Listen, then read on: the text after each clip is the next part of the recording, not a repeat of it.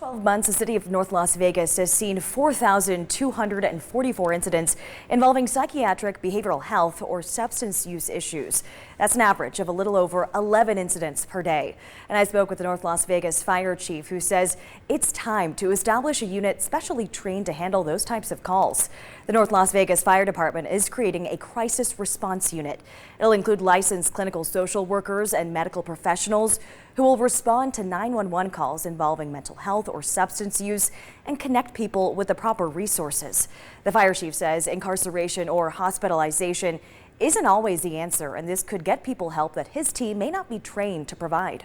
We're not only medical people, and we don't only put out fires, but we become plumbers and pastors and counselors. And that was always good that we were the jack of all trades to deal with whatever problem somebody might have, but we've realized that that's not always the best bet. Somebody needs more help than we can truly provide.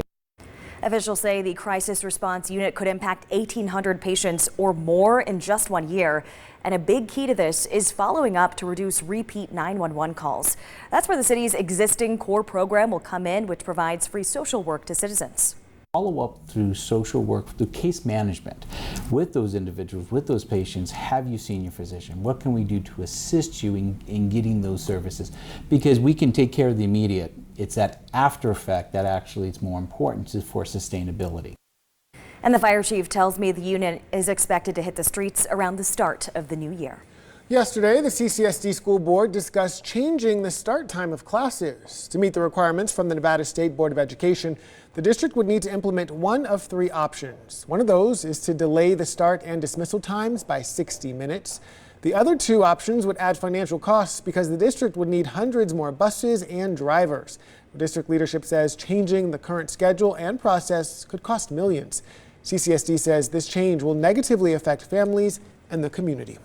The time right now is 5:35. The long-awaited opening of the Sphere is finally here. The $2.3 billion structure broke ground in September of 2018. And U2 will make history tonight as the first band to take the stage there. And if you have tickets, you might want to catch a ride to the venue. Rachel Moore is live from the Sphere this morning to explain why. Good morning, Rachel. Anjali, Justin, good morning. This is the largest LED screen on the planet. And in fact, driving over here, it's mesmerizing visitors. I saw people taking pictures next to it on the way over here. Now, imagine 10 football fields wrapped into a ball. This bright sphere captivating visitors and locals since it first lit up in July. And today it's finally opening with U2 playing live for the first time in 4 years and visitors coming from all over the world. I'm so excited. I've come all the way from Spain, but I'm from the UK. For the opening night of the Sphere, myself and 3 friends came over just to see it and to see you too. So tickets for tonight's and Saturday night's shows are already sold out. The Sphere with a capacity of about 18,000. And we mentioned parking at the Sphere. Well, there are about 200 parking spaces, and Ticketmaster is listing self-parking at $100 a spot, $125 for valet. Now you can purchase those tickets online or pay when you get here. There are, of course, drop-off locations for concert goers catching a ride to the Sphere, which sounds like the better bet here. Now, if you're not coming to see U2, their residency running through December. Starting in October, the Sphere Experience premieres with shows beginning with Aura. This is a humanoid robot who takes you through the future of technology in a sci-fi nature documentary. Now that it's open, this multi-billion-dollar venue is expected to generate $1 billion in its next fiscal year, kicking off with U2 tonight at 8 o'clock. Reporting live from the Sphere, I'm Rachel Moore. Really cool shot of the Sphere behind Rachel there. Just stunning images. I can't wait to see what tonight looks like for that U2 performance. Hopefully lots of people taking some cell phone video and sending it in to us. I'm going to take a look at the roadways this morning. Lots of green on the map so far this morning. Of course, aside from the traffic and construction on the 15 near Tropicana or Dropicana, not seeing any major crashes on the roadways though. So taking a look at what to expect if you fill up before you head out the door store. The cheapest gas you can find around the valley is at $4.29, with the average at $5.23. So you can find that $4.29 in the East Valley at Sinclair. That's off Cheyenne and Lamb. You can find a Chevron in the West Valley with $4.29. That's at Sahara and Buffalo, and $4.51 for the Gulf in the West Valley. That's also near Sahara and Buffalo. And of course, if you have Sam's Club or Costco gas membership, you can get that for $4.59. Guys, still really expensive. Oof. Oh my gosh, yeah. All right, it is that time of year again when firefighters take to the streets, boots in hand, seeking donations for a noble cause. And they're raising funds for the Muscular Dystrophy Association. Our Shakira Hawkins is at the intersection of Lake Mead and Buffalo to bring us more on this long-standing tradition this morning. Good morning, Shakira. Good morning, guys. If you see a firefighter with a boot like this, try not to just walk away, but try to donate, because that money is going to resources that will help with children and adults with muscular diseases become stronger and live longer. I'm here with Ron Klein, the Nevada NDA Fill the Boots coordinator. Ron, thank you for being here so much. Now, we know why this is important, but can you talk about how the Fill the Boots campaign contributes to the resource? Yes, the money that's collected through Fill the Boot goes towards research development for new drug trials. Currently, there's 20 drugs that are FDA approved for neuromuscular diseases. There's many more on the horizon. It goes to help pay for a neuromuscular clinic for muscular dystrophy patients that they can go to on a monthly basis to receive the services, and also helps pay for summer camps for these kids to go to once a year. Yeah, and you guys have been doing this for a long time, and we actually have photos of firefighters in the past around the city collecting donations. Can you explain the location and the times?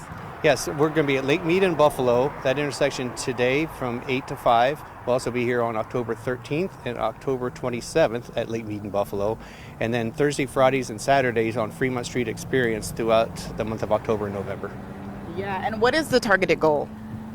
Our goal this year is $90,000. Last year, with the generous contributions from the citizens here in Las Vegas, we raised $123,000 to actually put us at the top number 5 highest grossing fire department in the country.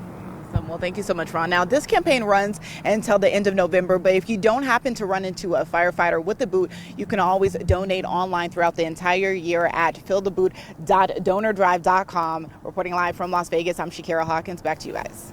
Shakira, thank you. Well, Catholic Charities of Southern Nevada needs your help. The nonprofit is asking for donations to help provide Thanksgiving meals to those less fortunate this year.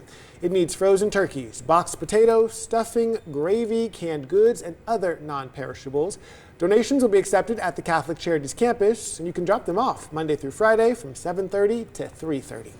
Well, good morning, Las Vegas. Time right now is 5:40. Still ahead, we are continuing to celebrate Hispanic Heritage Month. And we're introducing you to an artist who hopes her colorful designs will encourage others to follow their passions too. We'll be right back.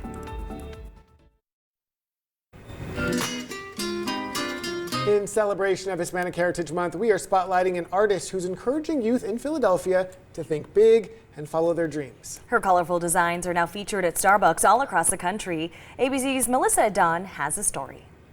So I did this thing. Latina artist Manuela Guillen knows a thing or two about the power of a brushstroke. She's wanted to be an artist since she was 5 years old. I grabbed crayons, and at the top of the staircase, I started drawing on the wall because I thought I was drawing a mural. Of course, my parents did not agree. The Cuban Salvadorian calls Philadelphia home, and at the heart of what she does is encouraging youth. A year ago, she quit her job as an art teacher to follow her passion. I did tell the students, there is going to be one thing that's very passionate you're going to really want to do, and you're going to have to take that leap. Her illustrations are full of flowers and warm, inviting colors, but behind that, she uses her art to cope with emotions and encourage others to do the same. Growing up in South Florida, I witnessed a lot of violence, especially violence towards women. It was hard to process that stuff when I was really young, so I began making art. How important is it to use kind of that outlet to help yourself and help others? I felt I don't know, it was bigger than me. People reach out, they feel very seen and heard, and they sense a presence, their presence sometimes in some of my pieces. This South Philly wall turned into a passion project for Manuela, made up of drawings by local students. So Manuela, when you literally walk down the sidewalk in the street and you're seeing this, what do you think of? I think about how amazing it is that someone who could be 5 years old can see their art on the wall. As Manuela celebrates her community and culture, now even Starbucks has a slice of it. Creating these tumblers have been an incredible journey. How do you feel? It's surreal. It feels like I'm still dreaming. I feel like